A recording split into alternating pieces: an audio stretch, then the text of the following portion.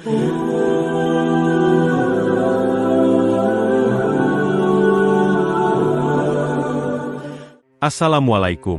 warahmatullahi wabarakatuh. Sahabat Mumtana, sebelum menyimak kisah cerita hari ini, saya sarankan untuk menulis sholawat kepada Nabi di kolom komentar. Semoga sholawat kita menjadi penolong kita kelak di padang mahsyar. Kami doakan semoga kalian mendapatkan rezeki yang barokah dan diberi kemudahan oleh Allah Subhanahu wa Ta'ala dalam menjalani kehidupan sehari-hari. Di tengah hiruk pikuk kota Jakarta Timur, tepatnya di kawasan Pondok Jati, berdiri sebuah rumah tua yang sudah terhitung usang. Rumah ini terletak di samping tanah milik Pak Budi, seorang pensiunan guru yang sudah memasuki masa tua bersama sang istri. Tanah yang dihuni keluarga Pak Budi merupakan warisan turun-temurun yang dijaga dengan sepenuh hati. Meskipun terlihat sederhana, bagi Pak Budi, tanah ini adalah simbol perjuangan hidup dan kenangan indah bersama almarhum orang tuanya. Namun, tak banyak yang tahu bahwa Pak Budi memiliki anak yang cukup terkenal, Dira Raka, seorang prajurit TNI aktif yang saat itu tengah bertugas di daerah perbatasan Papua. Dira adalah sosok yang tangguh, terlatih dalam menghadapi berbagai situasi ekstrim, namun jauh dari keluarga dan kampung halamannya. Kehidupan Pak Budi yang tenang dengan istri tercinta, di luar pengetahuan banyak orang, sebenarnya tak semudah itu. Suasana yang semula damai itu tiba-tiba berubah ketika sekelompok pria berpakaian serba hitam, dengan logo ormas, galah, bertuliskan singa di dada mereka, datang dengan menggunakan motor dan mobil pikap terbuka. Tanpa banyak bicara, mereka mulai memasang patok kayu dan spanduk besar yang bertuliskan, "Tanah ini dalam sengketa. Dilarang melakukan aktivitas apapun di sini." Warga sekitar yang melihat kejadian itu hanya bisa diam dalam ketakutan. Mereka tahu betul bahwa ormas semacam ini bukanlah hal yang bisa dianggap enteng. Pak Budi yang kebetulan sedang berada di halaman rumah, melihat langsung kehadiran kelompok tersebut. Ia merasa ada yang tak beres. Namun tanpa pilihan, ia memutuskan untuk mendekati mereka, berusaha mempertahankan hak milik tanahnya yang sudah ia jaga seumur hidup. Pak Budi yang sedang duduk di teras rumah, terkejut saat melihat sekelompok pria berpakaian serba hitam dengan logo ormas, galah, memasang patok kayu di tanah miliknya. Melihat itu, hatinya berdebar kencang. Tanah warisan yang ia jaga dengan penuh cinta kini tiba-tiba dipertanyakan. Dengan langkah perlahan, Pak Budi bangkit dan mendekati mereka. Wajahnya yang biasanya tenang kini terlihat tegang, seolah ada sesuatu yang mengancam. "Ini tanah saya. Ada urusan apa kalian pasang segel di sini?" tanyanya dengan suara tegas namun gemetar. Seorang pria berbadan besar, yang dikenal dengan nama Bima, menoleh dan menatap Pak Budi dengan dingin. Wajah Bima yang kasar seakan tak tergoyahkan dengan pertanyaan itu. "Bapak boleh berbicara di kantor kelurahan. Kami hanya menjalankan perintah atasan. Tanah ini sudah dibeli oleh investor. Ada suratnya," jawabnya tanpa ekspresi, sambil mengangkat bahu. Pak Budi terdiam, dadanya sesak. Ia tahu bahwa tanah itu bukanlah milik sembarangan, dan ia masih memegang sertifikatnya yang sah. Namun, kata-kata Bima seperti meruntuhkan dinding pertahanannya. "Ini tanah warisan. Sertifikatnya masih atas nama saya. Bisa diperiksa nanti," jawab Pak Budi dengan suara yang lebih pelan, seolah meminta pengertian. Namun, Bima hanya mengangguk acuh tak acuh. "Mulai hari ini, jangan pernah datang lagi ke sini. Jika nekat, kami anggap melawan," ancam Bima, sambil memberikan sinyal kepada anak buahnya untuk melanjutkan pemasangan patok. Pak Budi menatap mereka dengan pandangan kosong. Perasaan berat menghinggapinya. Tanpa berkata lebih banyak, ia berbalik dan berjalan menuju rumah. Malam itu, perasaan Pak Budi semakin tidak tenang. Dalam kesendirian, ia menghubungi anaknya, Dira, melalui video call. Dengan suara yang hampir tak terdengar, Pak Budi menceritakan kejadian tersebut. Mendengar kabar itu, wajah Dira yang lelah mendadak berubah tegang. "Jangan khawatir, Pak. Saya akan urus ini. Tapi jangan bergerak sendiri. Hati-hati," ujar Dira dengan penuh perhatian, sebelum menutup telepon. Pak Budi hanya bisa menatap layar dengan penuh kecemasan. Berharap anaknya bisa segera pulang untuk mengatasi masalah yang semakin pelik ini. Dira, yang tengah bertugas di Papua, menerima kabar yang membuat hatinya gelisah. Meski jauh dari rumah, rasa tanggung jawab terhadap keluarga tak pernah luntur. Begitu mendengar ancaman yang dialami oleh ayahnya, Pak Budi, ia segera mengajukan izin cuti darurat. Keputusan untuk segera pulang ke Jakarta adalah langkah yang tak bisa ditunda. Dira tahu bahwa masalah ini bukanlah perkara sepele. Tanah yang telah dijaga dengan susah payah oleh orang tuanya kini berada dalam ancaman serius. Sesampainya di rumah, Dira langsung menemui Pak Budi. Wajah sang ayah yang biasanya tenang kini terlihat penuh kecemasan. Dira memeluknya dengan lembut, berusaha memberikan sedikit ketenangan. Namun, ia tahu bahwa masalah ini jauh lebih besar dari yang terlihat. Tanpa banyak bicara, Dira langsung menghubungi tim intelijen untuk melakukan penyelidikan. Ia sadar, meskipun status ormas, Galah, yang terlibat di sini sah secara hukum, ada sesuatu yang mencurigakan di baliknya. Setelah beberapa hari melakukan penyelidikan, Dira menemukan fakta yang mengejutkan. Meskipun ormas, Galah, terlihat legal, ada kelompok liar yang menyalahgunakan nama mereka untuk kepentingan pribadi. Dalangnya adalah Arfan Salim, seorang mantan calon legislatif yang gagal dalam pemilu dan kini menjadi penguasa lapangan dalam berbagai proyek tanah. Dira segera menyusun rencana untuk mengungkapkan semua ini. Suatu malam, Dira menyusup ke sebuah warung kopi yang sering digunakan oleh anggota ormas tersebut sebagai tempat berkumpul.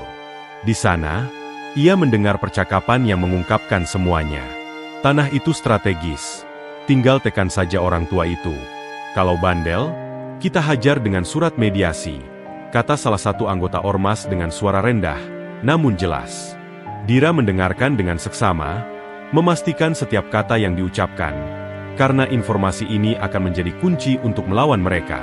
Dengan bukti tersebut, Dira merasa semakin yakin bahwa langkah selanjutnya harus diambil dengan hati-hati. Ia harus melawan ketidakadilan ini dengan cara yang cerdas, tanpa terburu-buru.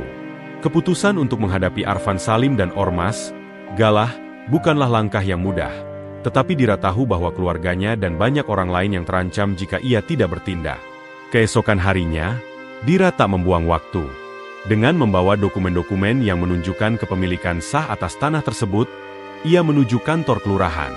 Tangan kanannya memegang erat sertifikat yang sudah diperiksa berkali-kali untuk memastikan keabsahannya.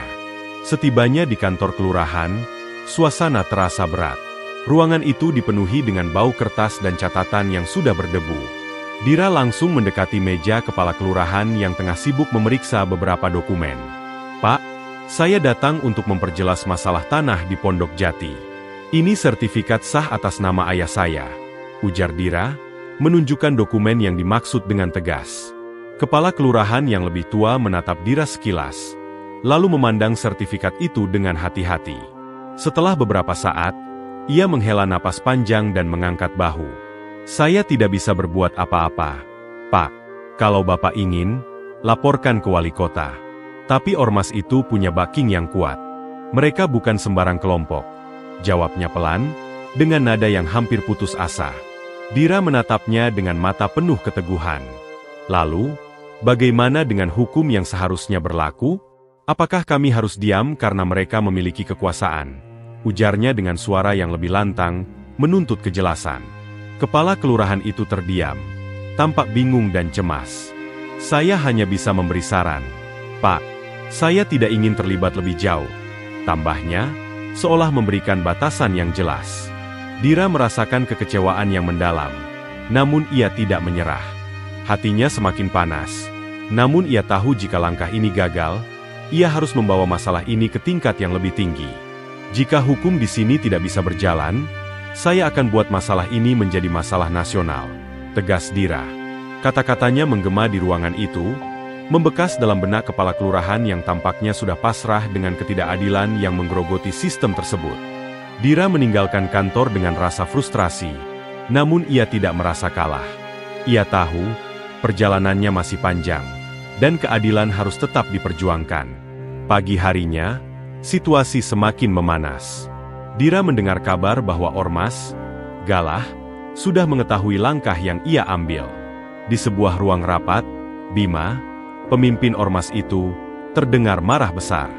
"Kalau anak tentara itu berani, kita tunggu saja dia di tanah itu," ancam Bima dengan suara penuh kebencian. Dira, yang sudah kembali ke rumah orang tuanya, hanya tersenyum tipis. Ia tahu, Konfrontasi ini tak bisa dihindari. Hari yang ditunggu akhirnya datang. Tanah yang selama ini menjadi tempat yang damai kini berubah menjadi medan pertempuran antara kebenaran dan kekuasaan. Warga yang tinggal di sekitar tanah tersebut mulai berkumpul, berdiri di balik pagar dan jendela rumah mereka, menyaksikan dengan penuh kecemasan. Suasana di sekitar tanah sengketa terasa tegang, dan angin pagi seakan membawa rasa gugup yang tak bisa disembunyikan.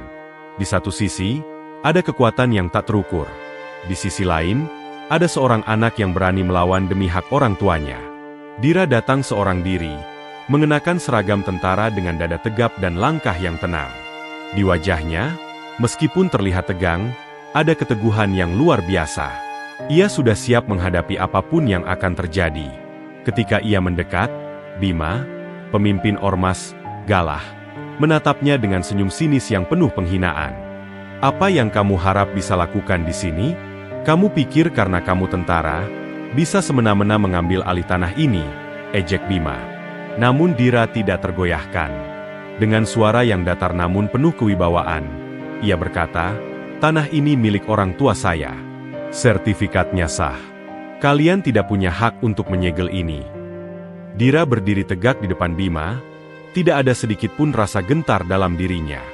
Bima, yang merasa terhina, langsung mengangkat tangan dan mengayunkan tinjunya ke arah Dira dengan kekuatan penuh. Namun, Dira dengan sigap menangkis pukulannya dan seketika membalas dengan pukulan telak ke rahang Bima. Kejadian itu membuat suasana semakin memanas. Beberapa anggota ormas yang melihat itu mulai bergerak, mencoba mendekati Dira dengan niat buruk. Namun, Dira dengan cepat mengangkat tangan, memberikan isyarat untuk menghentikan mereka. Matanya tajam menatap setiap gerakan yang datang, menunjukkan bahwa ia siap bertindak jika diperlukan. Warga yang menyaksikan dari kejauhan mulai berbisik, mereka tidak pernah menyangka bahwa seorang anak muda bisa bertindak dengan begitu berani. Sementara itu, Bima yang terhuyung-huyung mencoba untuk bangkit, matanya berkilat marah. Namun, ia tahu bahwa Dira bukanlah lawan yang bisa dianggap remeh. Keputusan untuk melawan ormas ini tak hanya dipertaruhkan oleh Dira, tetapi juga oleh semua orang yang melihat keberaniannya sebagai simbol perlawanan terhadap kekuasaan yang semu dan tidak adil.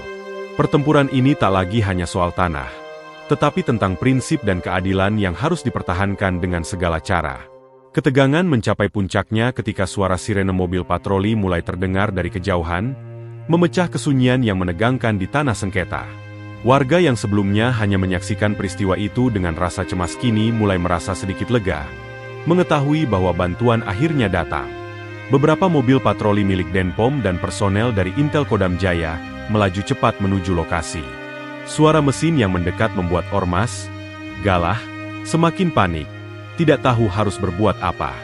Dira, yang masih berdiri tegak di depan Bima dan kelompok ormas lainnya, merasa sebuah kekuatan besar mendukungnya. Seorang perwira yang tampak berwibawa turun dari mobil patroli, menghampiri Dira dan memberi hormat dengan sikap yang penuh rasa hormat.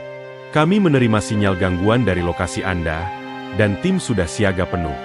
Kami datang untuk mengatasi masalah ini," kata perwira tersebut dengan tegas.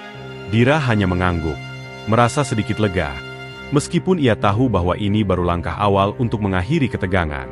Dengan penuh kewenangan, perwira tersebut mendekati spanduk ormas, Galah, yang terpasang di tanah tersebut. Tanpa ragu, ia mencabut spanduk itu dengan hati-hati, menurunkannya perlahan ke tanah. Beberapa anggota ormas yang mencoba melarikan diri, mulai diamankan oleh anggota patroli yang telah tiba. Mereka yang berusaha melawan dengan benda tumpul, atau senjata tumpul langsung dilumpuhkan dengan cepat.